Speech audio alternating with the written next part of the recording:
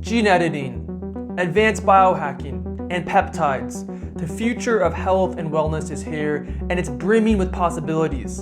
Imagine breaking beyond the limits of human potential and unlocking a new era of vitality, energy, and resilience. Well, peptides could be part of the solution. Peptides are quickly gaining attraction for their powerful regeneration and healing properties. One being 5-amino-1-MQ, one of the first effective oral peptides. Research suggests that this powerful peptide can block fat storage, boost energy, and activate the longevity gene. Join me as we take a deep dive into 5-amino-1-MQ, while I'll be sharing all my research and discoveries on this peptide. So before I begin, I must start off with a disclaimer that I'm not a doctor or a licensed professional.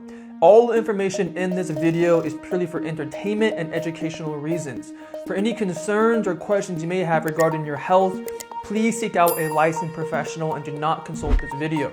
By watching this video, you agree to the terms. Now let's get straight into this video. So what is 5-amino-1-MQ? 5-amino-1-MQ is an oral peptide that is mostly being researched to help with burning fat and weight loss. And it does this mostly by helping increase NAD, and it does increase NAD by blocking an enzyme called NNMT. And high levels of NNMT have been linked to many metabolic conditions like obesity and type 2 diabetes. Now I'll briefly touch on why an oral peptide. Because as you know or may not know, most peptides must be taken through a sub-Q injection, so injection under the skin, but 5-amino-1-MQ can be taken orally because it's small enough to be dissolved, and additionally, it can survive the harsh stomach environment, which as of now, most peptides cannot. But we are seeing many different forms of peptides now come into the research community than just injecting, such as oral, nasal, patches, creams. So I'm super pumped to see how the peptide community will evolve with time. So how does 5-amino-1-MQ works? It works by mostly blocking the NNMT enzyme, and pretty much as individuals who acquire more fat, they get a higher level of this enzyme. And too high levels of NNMT makes it very hard for the body to actually burn fat.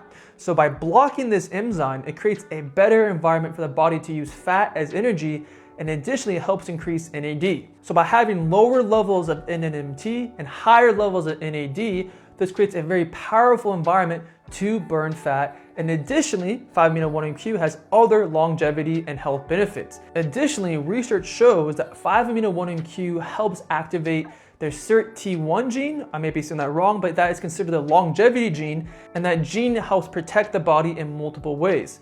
But the primary effect of 5-amino-1-MQ is to work at blocking the NNMT enzyme, which leads to the body using fat as energy better and increasing NAD levels, and that has a huge downstream effect. So what are the research benefits of 5-amino-1-MQ?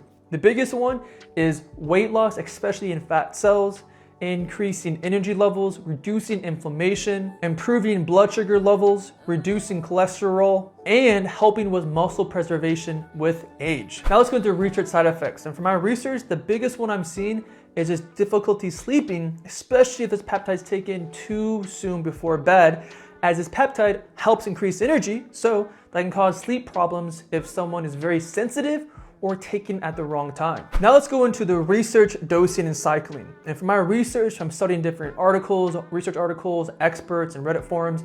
I'm seeing anywhere from 50 to 150 milligrams taken per day, can be taken all at once or split up. But for my research, it seems the best time is to be taken in the morning with food, especially fat, because 5-amino-1-MQ is oil soluble, so it needs to be eaten with fat.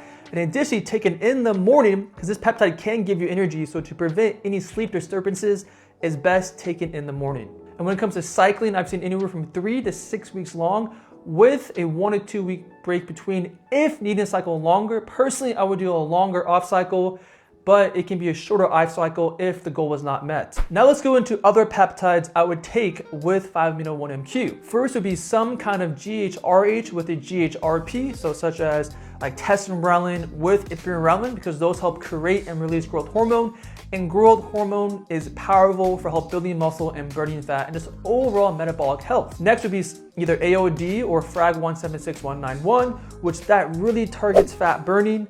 Next would be some kind of GLP, such as semaglutide or tirzepatide or retatrutide, because those help a lot with weight loss, blood sugar levels, and appetite control. So other peptides I would look into would be kisspeptin 10, especially if the main research goal was more for building muscle and testosterone optimization, as kisspeptin can help with that. Another would be IGF-1LR3, which is a very powerful peptide for building muscle and burning fat. And one side note is that 5-amino-1-MQ is actually often used for individuals wanting to actually build muscle and preserve muscle mass, as that is another benefit of 5-amino-1-MQ.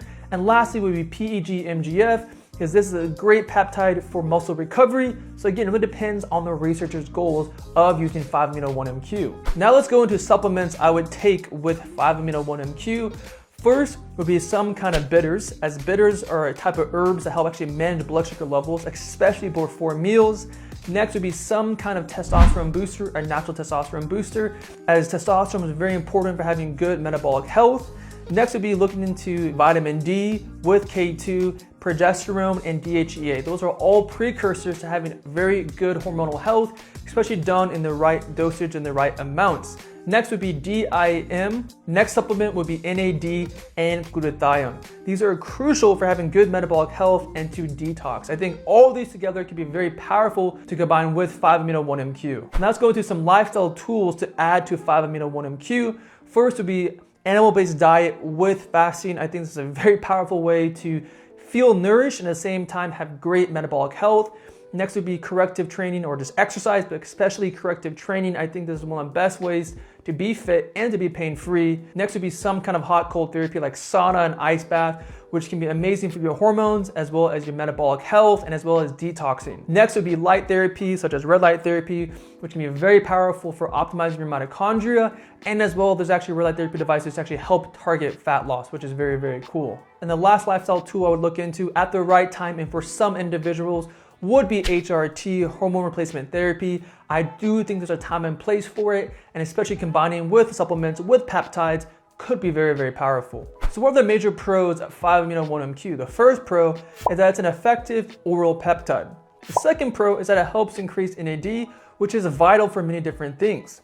And the last pro is this can be very powerful for anyone who's in a weight loss rut, as 5-amino-1-MQ blocks a major enzyme that prevents fat from being used as energy. Now let's go into the cons of 5-amino-1-MQ. The first con is that this can be a very expensive peptide, especially if you compare peptides as a whole, as there's some peptides that might be $50 a month, as other peptides might be $100 a month, whatever it may be. 5-amino-1-MQ tends to be on the most expensive side regarding the peptides themselves. The next con is I don't like the idea of blocking an enzyme, as 5-amino-1-MQ does block an enzyme, which can be good for a short period of time, but I think for a very long period of time, I don't like the idea of having something blocked in my body, but using the right strategy and context can be very powerful. So what is my overall opinion of 5-amino-1-MQ? Overall, I think it's a very great peptide. I love how it's oral. I love how it increases NAD. I love how it targets a major enzyme that can prevent individuals from burning fat. I love how it targets mostly fat tissue,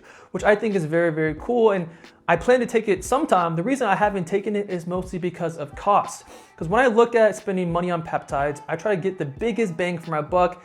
And personally, I think there's better peptides out there that give me similar benefits, especially since I'm not heavily obese or have a lot of weight loss. For example, I would only use 5-amino-1-MQ if I really want to get super cut or if I wanted to build some more muscle, but personally, I would rather spend that money on peptides such as testosterone, ipirelin, or IGF-1LR3, which are relatively less expensive and in my opinion are more beneficial for my goals. Overall, 5-amino-1-MQ can be amazing for individuals who maybe just don't like injecting and or are stuck in a weight loss rut and really need to block that enzyme for a short period of time. Overall, it's an amazing peptide, and honestly, if money was not an issue, I'd be using this peptide right now. Anyways, that is my video.